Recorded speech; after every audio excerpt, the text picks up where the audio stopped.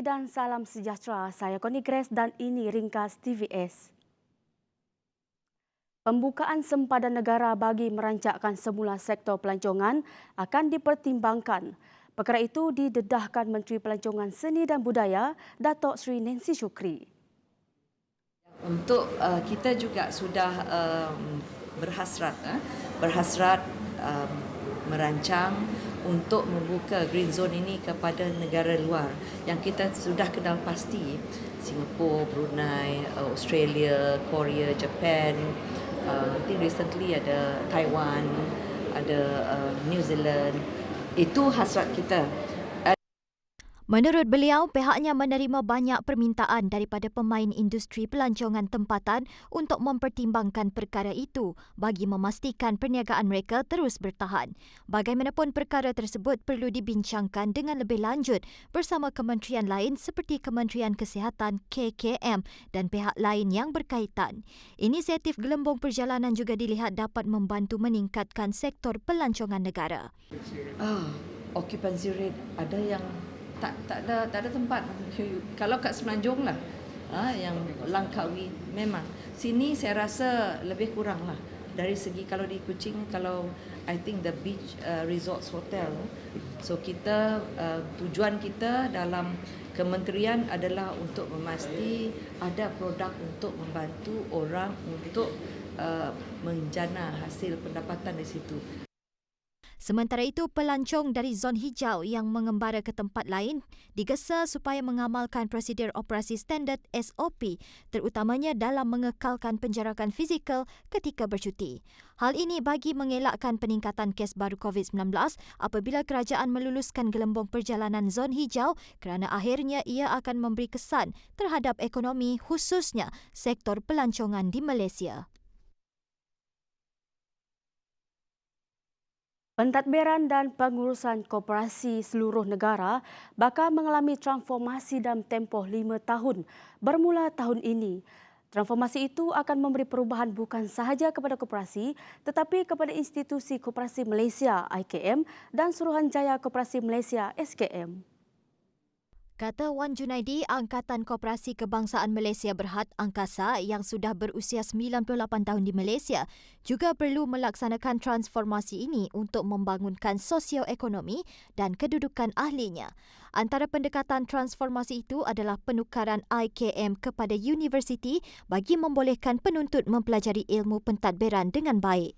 IKM akan ditukar menjadi universiti college dan universiti selepas ini. Supaya anak-anak orang koperasi, anak-anak pemimpin koperasi, ahli-ahli koperasi ini nanti pergi masuk ke dalam institut ini ataupun dalam university college ini dan mendapat latihan-latihan tertentu. Pertama, untuk mentadbir koperasi secara profesional. Mentadbirkan koperasi secara mampan dan mengetahui ilmu-ilmu pentadbiran. Dalam sudut keuangannya, marketingnya, packagingnya, semua sekali. Kata beliau lagi, pendekatan itu diambil kerana masih terdapat masalah pentadbiran pada peringkat dalaman koperasi itu sendiri, di mana koperasi yang telah ditubuhkan tidak menunjukkan kemajuan, tiada pelaksanaan aktiviti dan tidak mendatangkan hasil. Kementerian Pembangunan Usahawan dan Koperasi Medek sedang bekerjasama dengan beberapa kementerian lain dalam usaha menggiatkan penglibatan belia dalam industri pertanian. Kata Menterinya Datuk Seri Dr. Wan Junaidi Tuanku Jaafar, kerjasama ini bertujuan untuk menyediakan dana, bimbingan dan pemantauan terhadap belia-belia yang berminat.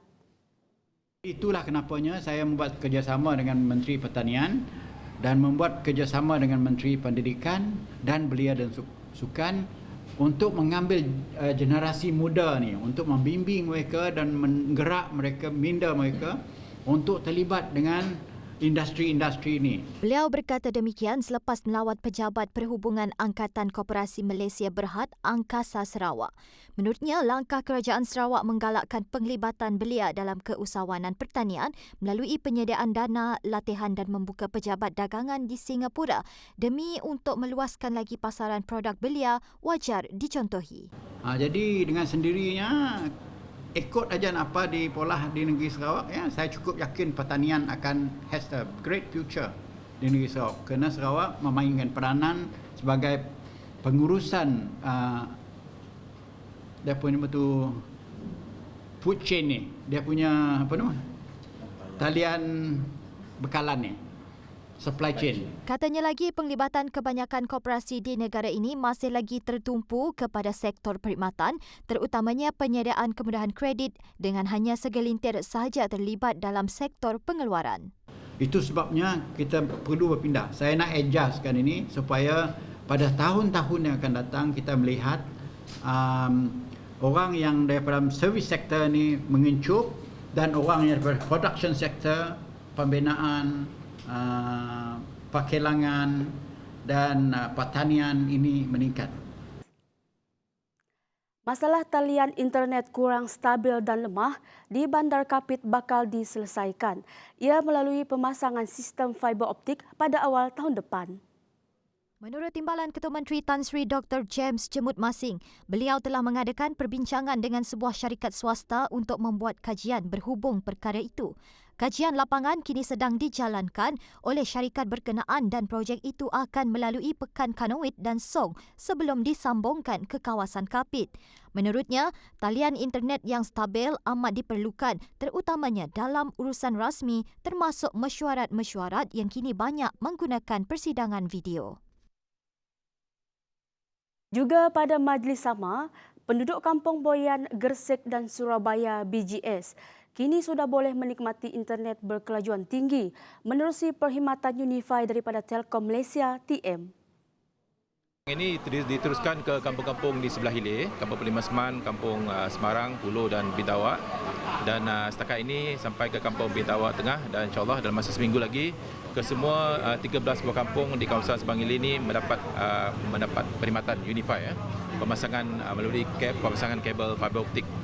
Jelas Dr. Abdul Rahman, dengan adanya perkhidmatan seperti ini, pelbagai lapisan masyarakat dapat menjalankan urusan seharian seperti pendidikan, pemasaran perniagaan dan melayari internet dengan lebih pantas. Sejak inisiatif digital ekonomi diperkenalkan Ketua Menteri Datuk Patinggi Abang Jaritun Openg pada 2017, beliau sentiasa menyarankan penduduk di kampung BGS untuk sentiasa memanfaatkan perkhidmatan yang disediakan kerajaan.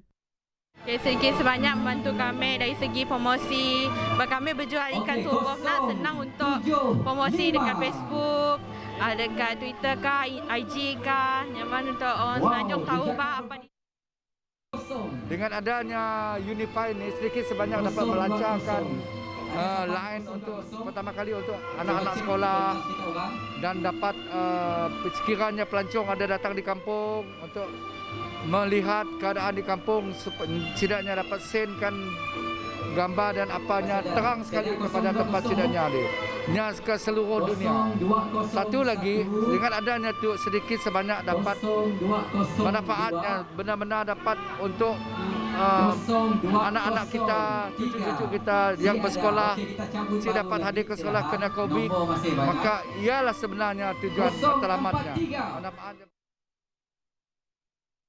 Baru-baru ini seluruh Malaysia digemparkan isu daging import haram.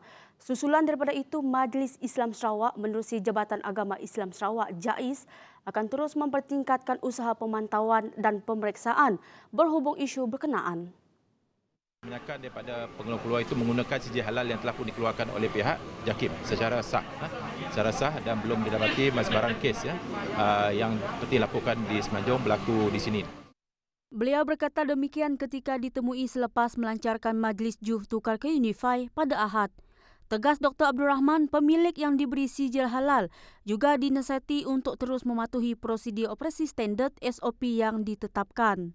Namun demikian, pihak bahagian halal JAIS membuat pemantauan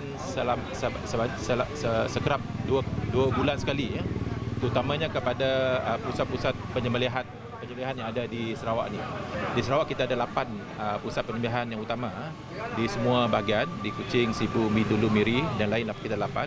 Dan kita buat pemantauan 2 bulan sekali untuk memastikan bahawa pengusaha pusat penyembelihan ini, slaughterhouse ini mematuhi garis panduan SOP yang telah pun dikeluarkan oleh pihak JAIS dan pihak JAKIB. Katanya lagi perbincangan lebih dalam akan dijalankan bersama pihak Jabatan Kastam Diraja Malaysia dan Jabatan Imigresen Malaysia untuk mendapatkan maklumat terkini berhubung produk import. Sementara itu, berhubung isu larangan ucapan perayaan pada produk yang diberikan sijil halal, kata Dr. Abdul Rahman, isu tersebut tidak timbul di Sarawak. Di Sarawak kita tidak mengikutilah apa yang telah pun disampaikan oleh pihak JAKIM. Jadi di Sarawak ni kita masih dapat boleh menyampaikan ucapan sama hari Krismas kepada rakan-rakan kita yang merayakan hari Krismas. Tidak ada masalah di Sarawak. Masih boleh. Kita Sarawak ni boleh. Memang tidak ada arahan, tidak ada fatwa, tidak ada keliling daripada Majlis Islam atau JAIS yang mengatakan tidak boleh. Yang di makluman yang dari terima itu daripada PK Persekutuan. Mereka Sarawak masih boleh. Tidak ada masalah. Tidak ada salahnya Barisan Nasional menerima parti-parti yang lain yang berhajat menyertai gabungan berkenaan. Demikian pendedahan Timbalan Pengurusi BN, Datuk Seri Muhammad Hassan. Katanya ini kerana BN perlu mengumpulkan semula kekuatan termasuk daripada parti-parti lain yang mempunyai kelebihan tersendiri selepas kalah pada pilihan raya umum PRU ke-14. Tambahnya sudah tiba masanya untuk BN bersifat inklusif dan bukannya eksklusif. Bagaimanapun, Muhammad yang juga Timbalan Presiden UMNO berkata sebarang keputusan berhubung penyertaan parti baru dalam BN perlu mendapat konsensus daripada 4 parti komponen iaitu UMNO, MIC, MCA dan Parti Bersatu Rakyat Sabah. Baik, laporan itu tadi mengakhiri ringkas 9 TVS. Teruskan kesetiaan anda bersama kami. Saya Connie Grace dan salam hormat.